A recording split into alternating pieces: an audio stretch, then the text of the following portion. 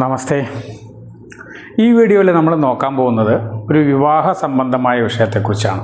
പൊതുവേ ജ്യോതിഷികളുടെ മുന്നിലേക്ക് വരുന്ന പ്രധാന പ്രശ്നങ്ങൾ: ഒന്ന് വിവാഹം, രണ്ട് സന്താനം, ഒന്ന് ജോലി, സാമ്പത്തിക സ്ഥിതി, രോഗം, അല്ലെങ്കിൽ മറ്റ് ചെറിയ കേസ്, വഴക്ക്, പ്രതിസന്ധികൾ, ഇങ്ങനെ പൊതുകാര്യങ്ങളാണ് വരിക.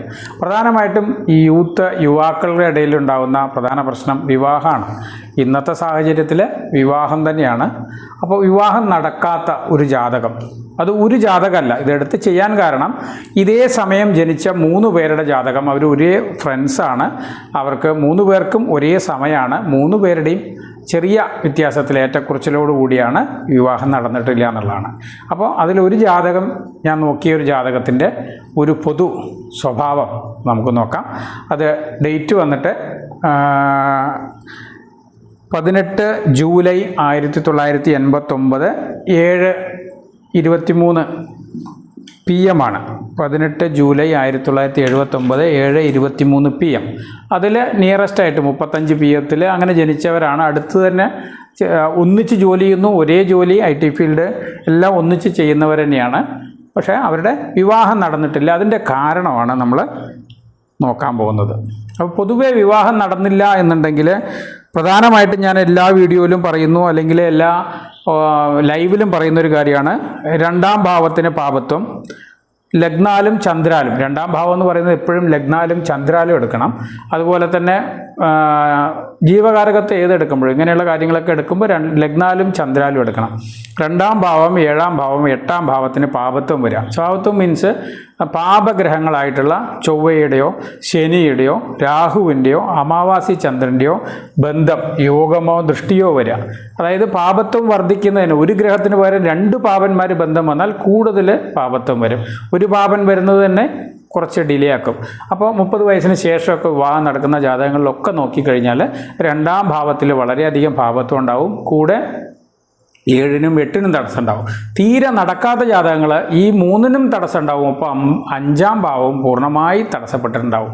ഇനിയൊരു കാര്യം, നമ്മൾ എപ്പോഴും 3, 7, 11 ഭാവ ബന്ധം വരുമ്പോഴാണ്, അതായത് 3ാം ഭാവാധിപൻ്റെയോ 7ാം ഭാവാധിപൻ്റെയോ 11ാം ഭാവാധിപൻ്റെയോ അല്ലെങ്കിൽ 3ലോ 7ലോ 11ലോ നിൽക്കുന്ന ഗ്രഹങ്ങളുടെ ദശാപഹാരങ്ങൾ, ചന്ദ്രാലും ലഗ്നാലും വരുമ്പോഴാണ് വിവാഹം നടക്കുക. ഇത്രയും കാര്യങ്ങൾ വിവാഹത്തിൻ്റെ ഒരു ആമുഖമാണ്. ഇത് പൊതുഫലമാണ്. ഈ ഒരു ജാതകത്തിൽ ഇത് മകരലഗ്നം വന്ന ജാതകമാണ്, കൂടെ ചന്ദ്രനും വന്നു. അപ്പോൾ രാശിയും ലഗ്നവും ഒന്നാണ്, ഒരേ രാശി, മകരരാശി, മകരലഗ്നം. അതിൽ 2ല് രാഹു, 12 അയന ശയന ഭോഗസ്ഥാനം എന്ന് പറയും, 2 കുടുംബസ്ഥാനം എന്ന് പറയും. കണ്ടോ, കുടുംബസ്ഥാനത്ത് രാഹു നിന്ന് ശനി നോക്കുന്നു. ശനിയുടെ 1, 2, 3ാം ദൃഷ്ടി വരുന്നുണ്ട്. 3ാം ഭാവത്തിലേക്ക് ശനിയുടെ, 2ാം ഭാവത്തിലേക്ക് ശനി, കുടുംബസ്ഥാനത്തിലേക്ക് ശനിയുടെ ബന്ധം വന്നു. ലഗ്നാധിപനാണെങ്കിലും 12ൽ നിന്ന് നോക്കുകയും ചെയ്യും. അയനശയന ഭോഗസ്ഥാനവും കെട്ട്, പക്ഷേ ഗുരുവിൻ്റെ ദൃഷ്ടിയുള്ള ലഗ്നാധിപനാണ്. അപ്പം നല്ല ജാതകമാണ്. കാരണം എന്താണ്? ലഗ്നാധിപന് ഗുരുബന്ധം വന്നു, 2ാം ഭാവത്തിലേക്കും ഗുരുബന്ധം വന്നു. അതേപോലെ തന്നെ 7ാം ഭാവമായിട്ടുള്ള കർക്കടകത്തിൽ രവി, അതുപോലെ ചൊവ്വ, അതുപോലെ തന്നെ ബുധനും ശുക്രനും, 4 ഗ്രഹങ്ങൾ 7ാം ഭാവത്തിലും കേതു വന്നിട്ട് അഷ്ടമത്തിലും. ഇതാണ് പൊതുവെ ജാതകത്തിൻ്റെ ഒരു രൂപം. അപ്പോൾ 7ാം ഭാവത്തിൽ ബുധനുണ്ട്, ശുക്രനുണ്ട്, പാവനായ ചൊവ്വയുണ്ട്, അതേപോലെ തന്നെ സൂര്യനുണ്ട്. ഇത്രയും ഭാവഗ്രഹങ്ങൾ. ലഗ്നാൽ അഷ്ടമാധിപനായ സൂര്യനാണത്. ആ അഷ്ടമാധിപ ബന്ധം വന്ന സൂര്യൻ പൊതുവേ ദോഷം ചെയ്യും. അഷ്ടമാധിപ ബന്ധം വന്ന സൂര്യൻ പൊതുവേ ദോഷം ചെയ്യും. ഇതാണ് ലഗ്നം, മകരലഗ്നം. മകരലഗ്നത്തിന് 7ലെ സൂര്യൻ, ചൊവ്വ, പക്ഷേ 2 ശുഭന്മാർ ബുധനും ശുക്രനും ഉണ്ട്. അതേപോലെ തന്നെ ശനി ദൃഷ്ടി 2ലേക്ക് വന്നു. 2ാം ഭാവാധിപൻ 2ലേക്ക് നോക്കി എന്ന് പറയും, പക്ഷേ 2ാം ഭാവാധിപനാണെങ്കിലും ശനി പാപനാണ്. അതേപോലെ ചൊവ്വയുടെ 7ാം ദൃഷ്ടി ലഗ്നത്തിലേക്കും 8ാം ദൃഷ്ടി 2ലേക്കും. അപ്പോൾ 2ാം ഭാവത്തിന് തടസ്സമുള്ള ജാതകമാണ്. 2ാം ഭാവത്തിൽ എന്തൊക്കെ തടസ്സമുണ്ട്? രാഹു നിൽക്കുന്നു, 2 എന്ന് പറയുന്നത് കുടുംബമാണ്. വാക്ക്, ധനം, കുടുംബം. ഈ 3 കാര്യങ്ങൾ വരുന്ന ഈ 2ാം ഭാവത്തിൽ രാഹു നിന്ന് ശനി നോക്കി ചൊവ്വയുടെ അഷ്ടമദൃഷ്ടി 20-30% ഉള്ളൂ. പക്ഷേ ഇവിടെ പാപത്വം വരും. എന്നിട്ട് ഈ രാഹു ദശ നടക്കുകയാണ്. അതാണ് ഇതിൻ്റെ ഏറ്റവും വലിയ ഇമ്പോർട്ടൻ്റ്. അതായത് 2010 മുതൽ 19, 12, 2010 മുതൽ 19, 12, 2010 മുതൽ രാഹുദശയാണ്. അത് എത്ര വരെയുണ്ട്? 2028 വരെയുണ്ട്. 2028 12ാം മാസം വരെ.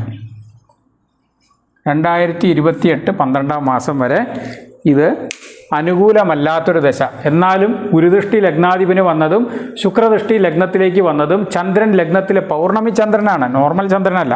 ചന്ദ്രൻ ലഗ്നത്തിലേക്ക് വന്നതും നല്ല ജാതകത്തെ കാണിക്കുന്നു. ജാതകം ലഗ്നത്തിൻ്റെ ബലമാണ്. ജാതകൻ അടിച്ചാൽ അടി താങ്ങുമോ എന്നുള്ളത് തീരുമാനിക്കുന്നത് ലഗ്നബലമാണ്.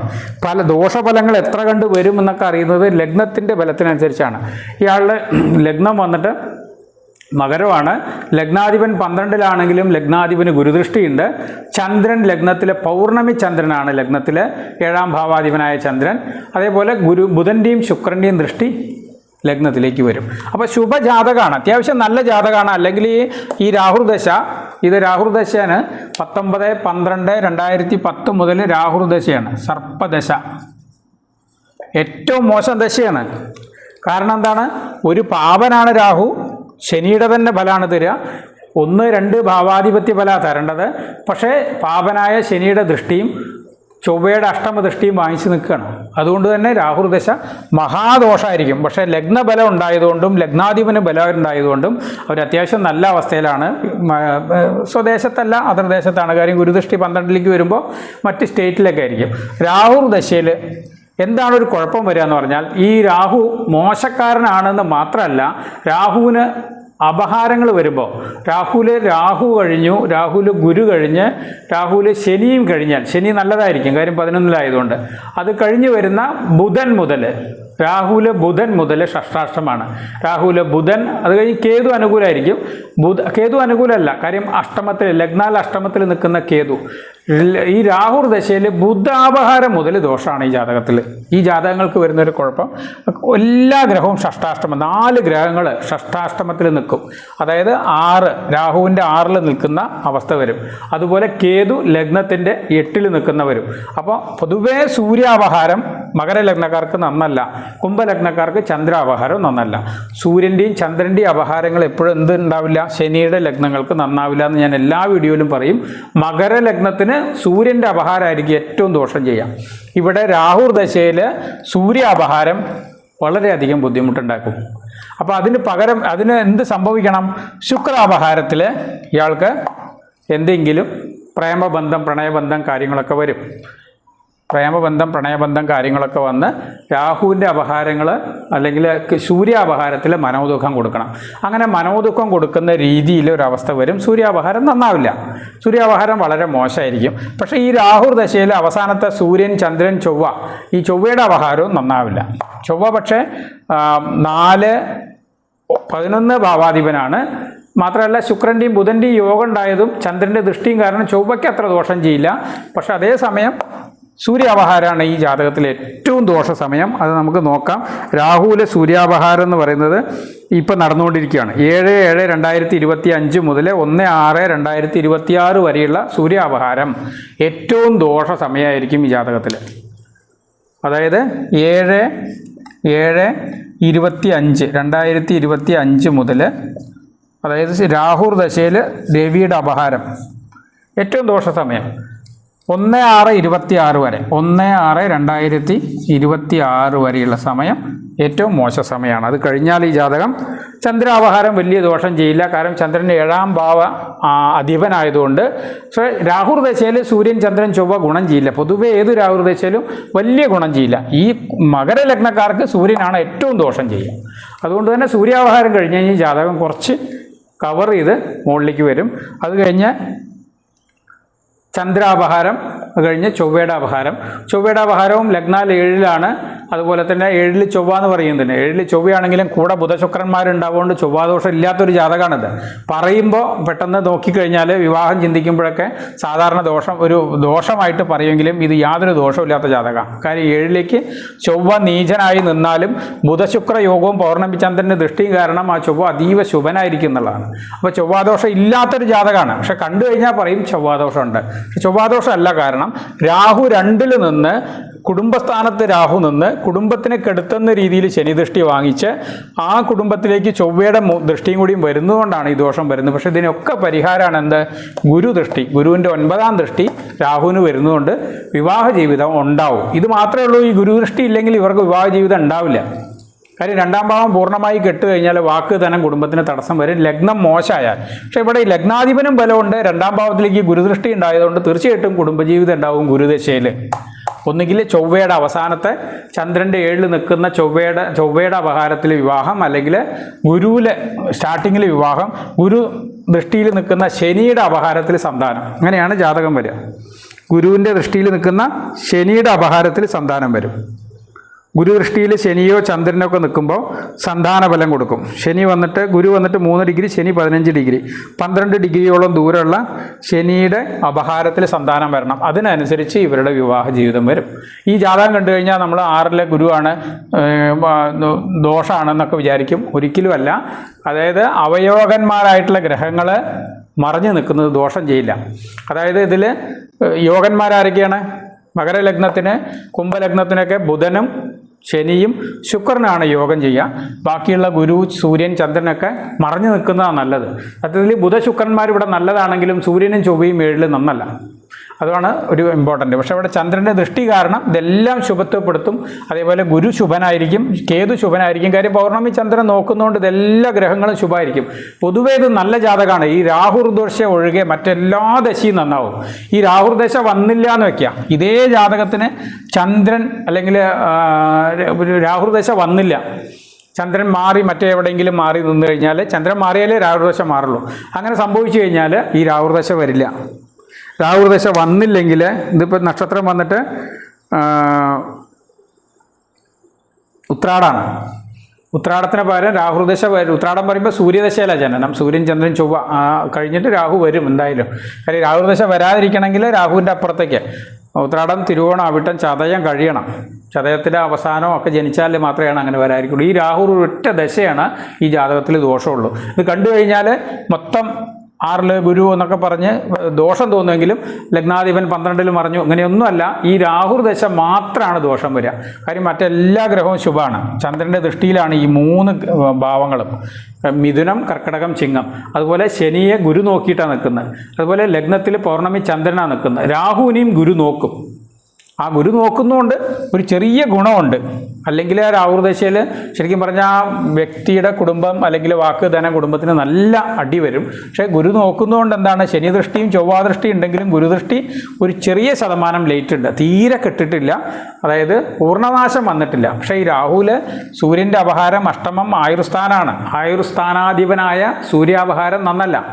രാഹുർദശയിൽ സൂര്യാപഹാരം വരുമ്പോൾ സ്ഥാനാധിപനും കൂടിയാണ്. അവിടെ നല്ല രീതിയിൽ ശ്രദ്ധിക്കേണ്ട ഒരു സമയം കൂടിയാണ് ആ സൂര്യാപഹാരം. ചന്ദ്രാപഹാരം ഒന്നും അത്ര ദോഷം ചെയ്യില്ല. പക്ഷേ സൂര്യാപഹാരം ആയുർസ്ഥാനാധിപനായതുകൊണ്ട് 8-ൽ കേതു നിൽക്കുന്നതുകൊണ്ട് ദോഷമുണ്ട്. പക്ഷേ ശനിക്ക് ഗുരുദൃഷ്ടി വന്നുകൊണ്ട് ആയുർദോഷം വരില്ല. ശനിക്ക് ഗുരുദൃഷ്ടി വരുന്നതുകൊണ്ട് ആയുർദോഷം വരില്ല. പക്ഷെ ഇത് നല്ല ജാതകമാണ്. ഗുരുദശ വന്നു കഴിഞ്ഞാൽ മൊത്തം ചേഞ്ചാവും. കാര്യം ഈ ഒരു അവസ്ഥ കണ്ടു കഴിഞ്ഞാൽ മോശം തോന്നുമെങ്കിലും വളരെ നല്ല ജാതകമാണ്. ഈ രാഹുദശ ഒഴികെ മറ്റേത് ദശ വന്നാലും ഈ ജാതകത്തിന് വളരെയധികം ക്വാളിറ്റി ഉണ്ടാവും. ഇനി വരാൻ പോകുന്ന ഗുരുദശയാണ്. 2028 കൂടി ഇതിൻ്റെ രാഹുദശ കഴിയും. ഗുരുദശ വന്നു കഴിഞ്ഞാൽ വളരെയധികം മാറ്റം ഉണ്ടാവും. ഈ ജാതകം കിട്ടിയപ്പോൾ അതിൻ്റെ കൂടെ തന്നെ 3 പേരുടെ ജാതകം എനിക്ക് കിട്ടി. കാര്യം അവർ ഒന്നിച്ച് പഠിച്ചതോ അങ്ങനെയൊക്കെ പരിചയമുള്ള ഒരാൾക്ക് ലഗ്നത്തിൽ മാറ്റമുണ്ട്. അയാളൊരു വിവാഹം കഴിഞ്ഞു, പിന്നെ അതിലെന്തോ കുഴപ്പങ്ങളായി വീണ്ടും ഒരു സമയമാണ്. പക്ഷെ അയാൾക്ക് ലഗ്നം മാറിയാണ്. ഇതേ ലഗ്നത്തിൽ വേറൊരാളുണ്ട്, അയാൾ വിവാഹം കഴിച്ചിട്ടില്ല. ഒരു 3 പേര് 4 പേര് തന്നു. അതിൽ 3 പേർക്കും ഒരേ ലഗ്നം, മകരലഗ്നം, രാഹുർദശ. അതേ സമയം ഒരു 5 മിനിറ്റ് 10 മിനിറ്റ് വ്യത്യാസത്തിൽ ഈ ഉത്രാട നക്ഷത്രത്തിൽ തന്നെ എല്ലാവരും. അപ്പോൾ എല്ലാവർക്കും രാഹുർദശയാണ്. ആർക്കും വിവാഹം നടന്നിട്ടില്ല. അപ്പോൾ എല്ലാവരോടും ഞാൻ പറഞ്ഞത് ഗുരുദശ വരുമ്പോൾ വിവാഹം നടക്കണം, ശനിയുടെ അപഹാരത്തിൽ സന്താനം വരണം. ഇതാണ് ജാതകത്തിന് വിവാഹത്തിന് വരുന്ന പ്രധാന തടസ്സം. 2ാം ഭാവത്തിനോ അല്ലെങ്കിൽ 7ാം ഭാവത്തിനോ, ഇതിന് 7ലൊന്നും വലിയ കാര്യമായ തടസ്സമില്ലാത്ത ജാതകമാണ്. 7 ചൊവ്വ നിന്നാലും ചൊവ്വ ബുധൻ്റെയും ശുക്രൻ്റെയും പൗർണമി ചന്ദ്രൻ്റെയും ദൃഷ്ടിയിൽ 7ാം ഭാവത്തിന് തടസ്സമില്ല. ഭാവാധിപൻ മാത്രമല്ല, 7ാം ഭാവാധിപൻ ബലവാനുമാണ്, നല്ല രീതിയിലാണ്. അതേപോലെ 8ലെ കേതു ഉണ്ടെന്നേ ഉള്ളൂ. കേതു അത്ര വലിയ ദോഷം ചെയ്യില്ല, ചെറിയൊരു ദോഷമേ തരുള്ളൂ. പക്ഷേ 2ാം ഭാവാധിപനായ രാഹു വന്നതുകൊണ്ടാണ് വിവാഹത്തിന് ഇത്രമാത്രം തടസ്സവും വിവാഹ ബന്ധത്തിന് ഡിലേയും കാണിച്ചത്. അപ്പോൾ രാഹു 2ാം ഭാവത്തിൻ്റെ പ്രാധാന്യം, അതുപോലെ 7, 8 പ്രാധാന്യം, അതുപോലെ 5ന് തടസ്സം. 1, 2, 3, 4, 5ാം ഭാവത്തിന് ശുക്രന് തടസ്സം ഉണ്ടോ എന്ന് നോക്കുക. ശുക്രന് കാര്യമായിട്ട് തടസ്സമൊന്നുമില്ല. പൗർണമി ചന്ദ്രൻ വന്നുകൊണ്ട് എല്ലാ തടസ്സങ്ങളും ഇതായിട്ട് തന്നെ ശുക്രൻ നിൽക്കുന്നത്. മാത്രമല്ല 5ാം ഭാവകാരകൻ 6ൽ മറിഞ്ഞാലും, 6ൽ മറിഞ്ഞിട്ടാണ് നിൽക്കുന്നത്. ഭാവകാരകൻ 6ൽ മറിഞ്ഞ് നിൽക്കുന്നുണ്ട്. പക്ഷേ ഭാവാധിപൻ ബലവാനായിട്ട് 7 ലഗ്നത്തിലേക്ക് ബന്ധപ്പെട്ട് നിൽക്കുന്നത് നല്ലതാണ്. അതുപോലെ അത്യാവശ്യം ബലത്തിൽ തന്നെയാണ് നിൽക്കുന്നത്. ഗുരുവിനും വലിയ കുഴപ്പമില്ലാത്തൊരവസ്ഥയിൽ തന്നെയാണ്. ശുക്രനും ബുധ ശുക്ര യോഗം, പൗർണമി ചന്ദ്രൻ്റെ ദൃഷ്ടി കാരണം ശുക്രൻ ശുഭനായി നിൽക്കും. അതുകൊണ്ട് 5ാം ഭാവാധിപന് ബലമുണ്ട്. ഭാവത്തിലേക്ക് പാവന്മാരുടെ ദൃഷ്ടിയില്ല, ശനിയുടെ ദൃഷ്ടിയോ രാഹുബന്ധം ഒന്നും ഭാവത്തിലേക്കില്ല. അപ്പോൾ ഭാവവും ഭാവാധിപനും ബലവാനാണ്. കാരകനും ശനിബന്ധമുണ്ട്, കാരകൻ മറിഞ്ഞിട്ടുമുണ്ട്. കാരകന് ദോഷമുണ്ടെങ്കിലും ഭാവാധിപനും ഭാവവും ബലം ഉണ്ടായതുകൊണ്ട് ഗുരുദശയിൽ ലഗ്നാധിപനായ ശനിയുടെ അപഹാരത്തിൽ ഗുരു നോക്കിയ ശനി, ഗുരു നോക്കിയ ചന്ദ്രനൊക്കെ എന്തു കൊടുക്കും? സന്താനം കൊടുക്കും. അപ്പോൾ അത് ശനിയുടെ അപഹാരത്തിൽ സന്താനം വരണം. അപ്പോൾ അതിനു മുമ്പ് വിവാഹം നടക്കും. ഗുരുദശയിൽ ഈ 2028 കൂടി അവരുടെ ദോഷഫലങ്ങൾ മൊത്തം കഴിയും. 2010 മുതൽ 28 വരെയുള്ള സമയം ശരിക്കും പറഞ്ഞാൽ റിസ്കി പീരീഡ് ആയിരുന്നു. അതിൽ പ്രത്യേകിച്ചും ഈ ഒരു 4 അപഹാരങ്ങൾ കുഴപ്പമായിരുന്നു. ബുധൻ, കേതു, ശുക്രൻ, സൂര്യൻ, അത്രയും അപഹാരങ്ങൾ കുഴപ്പമായിരുന്നു. അപ്പോൾ അത് ഒരു ഉദാഹരണ ജാതകമായിട്ട് വീഡിയോ അവതരിപ്പിച്ചത്. അപ്പോൾ അടുത്ത വീഡിയോയിൽ കാണാം.